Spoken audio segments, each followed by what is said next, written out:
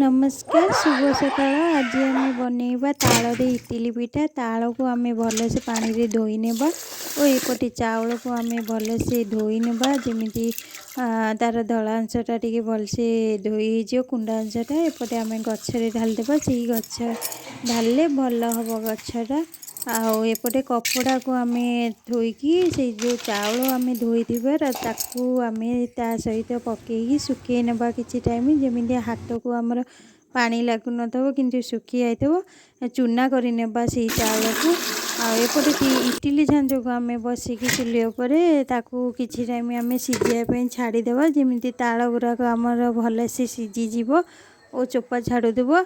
देखो आमर तालटा सीझा हो जाइए एपटे चोपा भी भलसे छाड़ जाइए। से चोपा छड़ी सारापर ताकू किछि टाइम आम दलीदेवा घसीदेले तार रस जमी बाहरी जीवो आउ रस बाहर से तालू तार जो गुटुमाटा ताकू फोपाड़ी देवा और से ताल रस बाहर एमती आमर देखा ताल रस तक आउपटे आम जो चाउल गुंड कर रखि ताकू आणिक आम से रस धीरे पकईकी किछि टाइम आम घाटी नेबा और लुण पकईकी किछि टाइम आम रखिदेबा जमी आणतिक आमर भलसे पागी जीवो।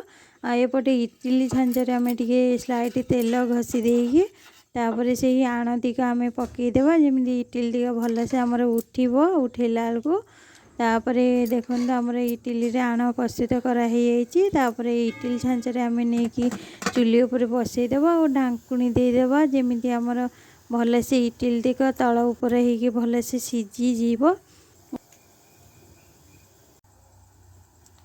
तो देखो आमर इटिली टिक आमर भलसे से सीझी जाइए। देखो केते सुंदर भाग आमर इटिलीटा भी काढ़े काढ़ी हो जाऊँगी।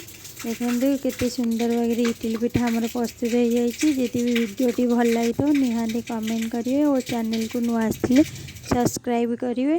रही जय जगन्नाथ।